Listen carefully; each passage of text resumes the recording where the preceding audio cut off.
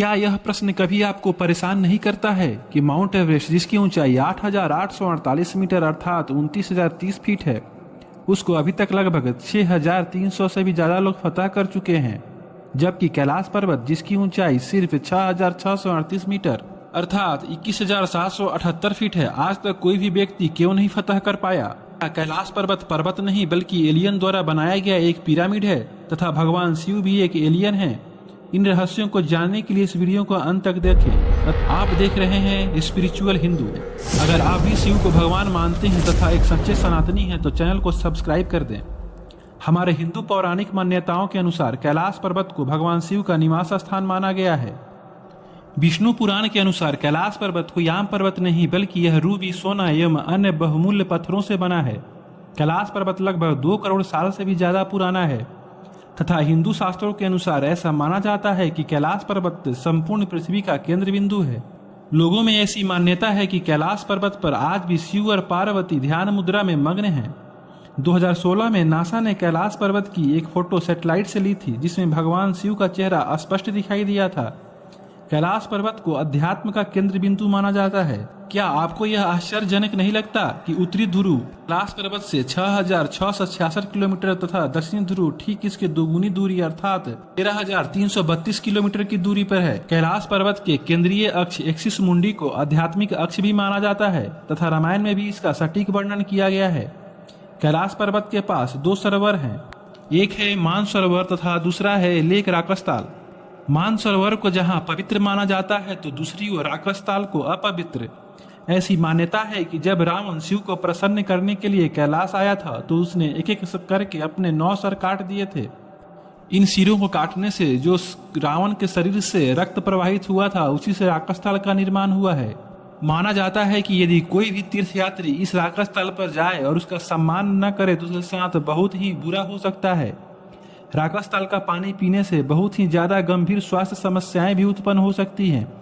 वैज्ञानिकों का मानना है कि ऐसा इसलिए होता है क्योंकि इसके पानी का खारापन बहुत ही अधिक है, किंतु जानकारों का मानना है कि राकसताल के पास वैसे लोगों की आत्माएं भटकती हैं जिन लोगों ने अच्छे कर्म नहीं किए होते हैं। यहाँ पर इनके दुख, दर्द, गुस्सा एवं पीड़ा को महसूस किया जा सकता है। अतः तीर्थयात्रियों को इस राकसताल से दूर रहने तथा वहां नहीं जाने की सलाह दी जाती है। पूरे इतिहास में अभी तक कैलाश पर्वत पर केवल 2 ही लोग चढ़ पाए हैं। एक थे पांडु पुत्र युधिष्ठिर तथा दूसरे थे बौद्ध साधु मिलरप्पा। कहा जाता है कि आज से लगभग 31,002 BC पूर्व कलयुग का प्रारंभ हुआ था। द्वापर युग के अंत में इस पृथ्वी का पहला न्यूक्लियर वार अर्थात महाभारत लड़ा गया था, जिसमें लगभग 39,18,888 मौतें हुई थी।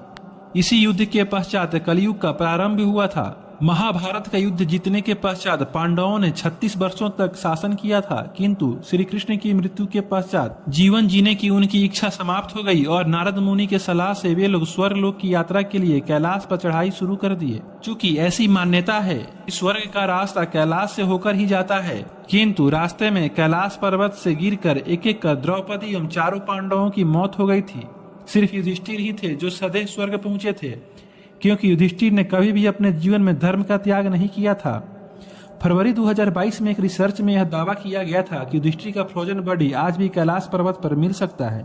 जब युधिष्ठिर स्वर्ग की यात्रा पर थे तो उनके साथ एक और भी था जो स्वर्ग पहुंचा था। वे थे कुत्ते के रूप में स्वयं मृत्यु के देवता यमराज। कहा जाता है कि यमराज आज भी कैलाश की सुरक्षा करते हैं। कैलाश की परिक्रमा करने के लिए तीर्थयात्रियों को प्रथमतः यम द्वार को पार करना पड़ता है। यम द्वार को पार करने का तात्पर्य है कि आप परिक्रमा करने तथा भगवान शिव की ओर जाने से पूर्व यम की अनुमति ले रहे हैं।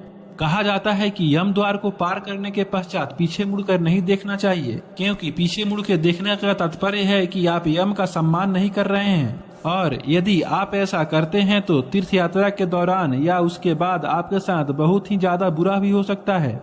कैलाश पर्वत का महत्व केवल हिंदुओं में नहीं बल्कि बौद्ध, जैन में भी है। लगभग 2000 लोग प्रतिवर्ष कैलाश की यात्रा पर जाते हैं। हिंदू तीर्थयात्री दक्षिण अभिमुख से होकर दक्षिणावर्त होते हुए इसकी परिक्रमा करते हैं। कहते हैं कि इंसान काफी बार इस धरती पर जन्म लेते हैं और कैलाश पर्वत की एक परिक्रमा जीवन के एक चक्र के बराबर होती है।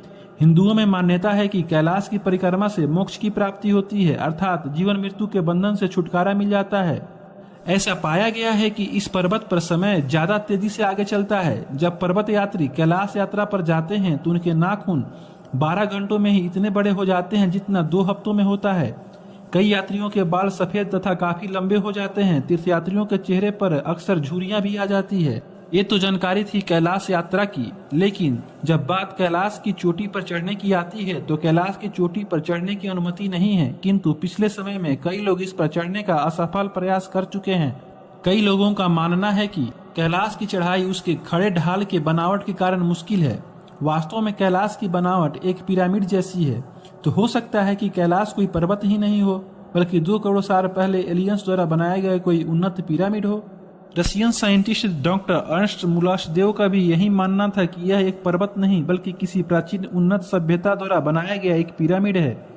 बहुत सारे लोगों ने कैलाश पर बहुत बार रंग बिरंगे प्रकाश को देखा है। कई तीर्थयात्रियों का मानना है कि यह प्रकाश पर्वत की ओर आते हुए यूएफओ के हैं।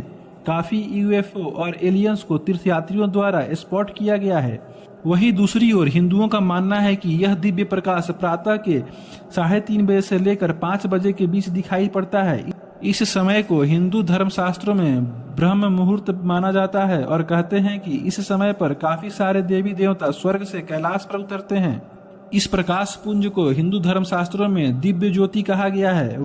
वैसे तो भगवान शिव को एलियंस ही माना जाता है और कैलाश पर्वत उस एलियंस यानी भगवान शिव का घर है, जिनके डमरू और तांडों से धरती हर इंसान कांप उठता है।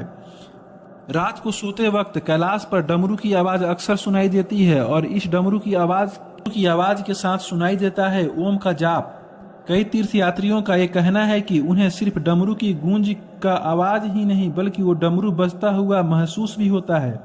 हर रात कैलाश की जमीन जोर जोर से हिलने लगती है। हिंदू धर्म ग्रंथों के अनुसार भगवान शिव जब डमरू बजाते हैं तथा तांडव करते हैं तो विनाश करते हैं, अर्थात इस पर्वत में ऐसी ऊर्जा है जो चाहे तो पूरे विश्व का विनाश कर सकती है। कुछ शोधकर्ताओं के अनुसार कैलाश पर्वत के अंदर एक परमाणु ऊर्जा का भी स्रोत है। कई शोधकर्ताओं का मानना है कि ये आवाजें एलियंस समाज की है जो आज भी उस कैलाश के अंदर निवास करती है। कैलाश पर्वत एक प्राकृतिक पर्वत नहीं बल्कि एक पर्वत से कहीं ज्यादा है और यह बात और भी पुख्ता तब हो जाती है जब यह पर्वत अपना स्थान एवं आकार बदलते रहता है। कई पर्वतारोहियों का कहना है कि पर्वतारोहण के दौरान कई बार उनका रास्ता बदल गया, वहां कंपास भी काम नहीं किया तथा वे गलत रास्ता चढ़ने लग जाते हैं। कई पर्वतारोहियों ने तो कहा कि वे खुद अपने रास्ते को बदलते हुए देखा है। हिंदू शास्त्रों में मान्यता है कि अगर आपके कर्म अच्छे नहीं हैं तो भगवान शिव आपका रास्ता रोकेंगे और आप कैलाश पर्वत पर नहीं चढ़ पाएंगे। वर्तमान में सुरक्षा कारणों से चाइनीज सरकार द्वारा इस पर चढ़ाई को बैन कर दिया गया है। तो साथियों, आपको ये जानकारी एवं कैलाश की रहस्यमयी बातें कैसी लगी हमें कमेंट कर जरूर बताएं तथा अगर वीडियो से आपका ज्ञानवर्धन हुआ है तो वीडियो को लाइक करें, चैनल को सब्सक्राइब करें तथा कमेंट में जय श्री कृष्ण जरूर लिखें।